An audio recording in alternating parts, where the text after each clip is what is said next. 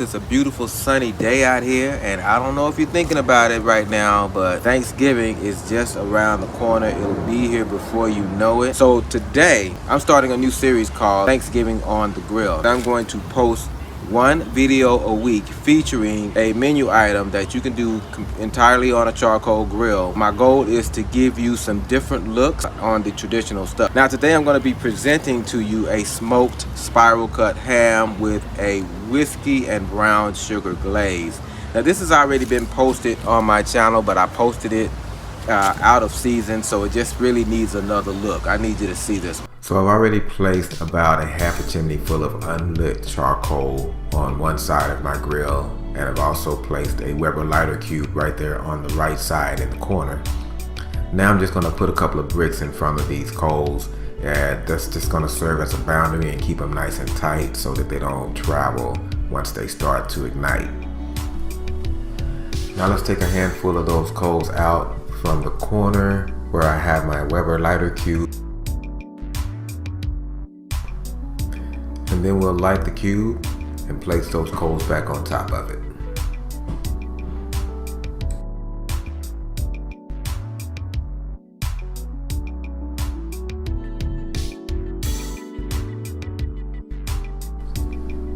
Now because this is a low and slow cook, we are going to be using a water pan today. The main purpose of a water pan is basically to keep the environment inside of the grill nice and moist. You have to remember when you're cooking low and slow that your meat is just sitting there on the grates over a longer period of time, so it's easy for it to dry out. Water pan helps avoid that. We're going to be adding hot water to this pan later, and I'll explain to you why we use hot water when we get to that point. While the water is coming to a boil, let's go ahead and get some wood chunks on top of the coals. We're using apple wood today. So let's just get some on the coals, and again, as the coals gradually light, as they gradually travel from right to left across the grill, those wood chunks will also gradually light, so we'll have a nice constant stream of smoke for the entire cook.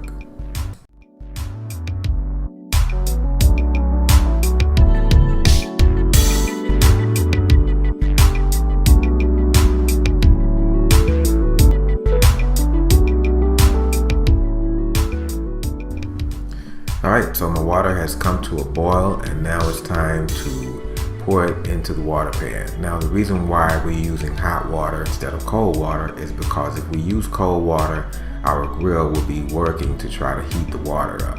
If it's already hot, then our coals don't have to do that work, and it can concentrate on just keeping everything nice and moist inside of the smoker.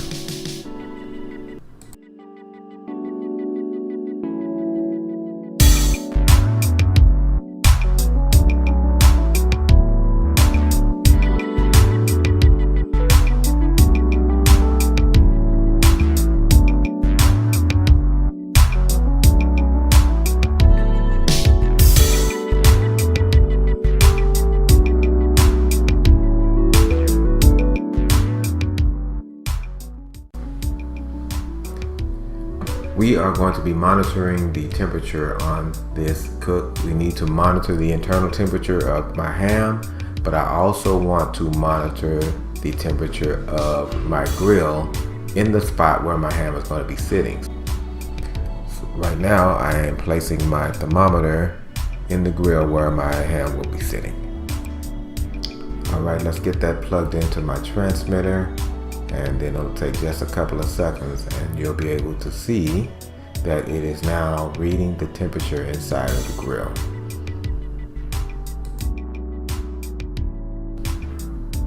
Back inside, I'm just going to transfer my ham over to this cooling rack, and that's how I'm going to transfer it onto the grill. I'm actually going to leave it on that the whole time because it just makes it easier to move around. Alright, let's get out to the grill with this thing, and it's time to put it on.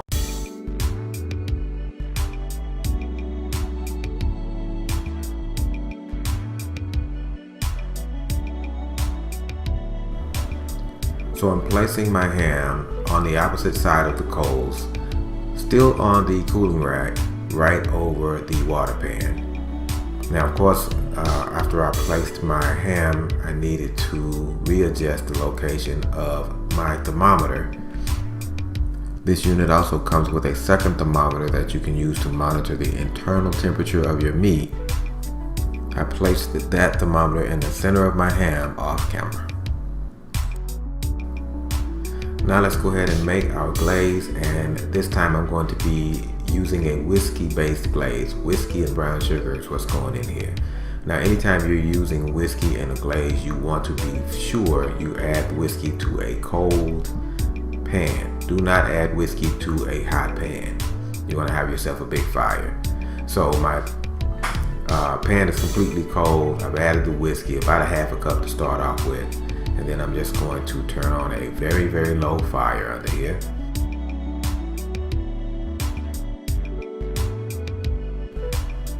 And then to that, I'm going to add about a cup of brown sugar.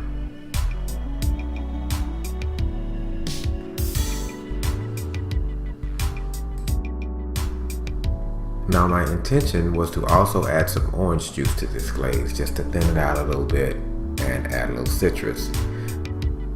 I mean, you can see it's too thick to leave the way it is, right? So I looked, I couldn't find anything, man. Apple cider vinegar, apple juice, couldn't find anything. So I had no choice but to add more whiskey.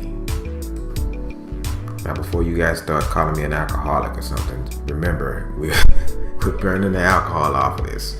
Okay, we're gonna stir this thing and simmer it until all the alcohol burns off. We only want this sweet, smoky maple flavor left behind. Now, if you're wondering how you can tell when the alcohol is gone, just give it a whiff. You will be able to tell if it's still there.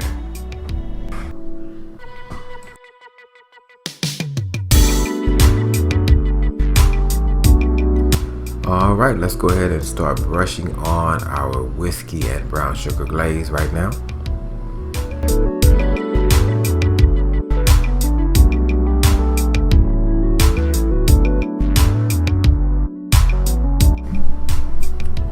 Now let's transfer the ham to a pan and then hit it with a little bit more glaze to finish.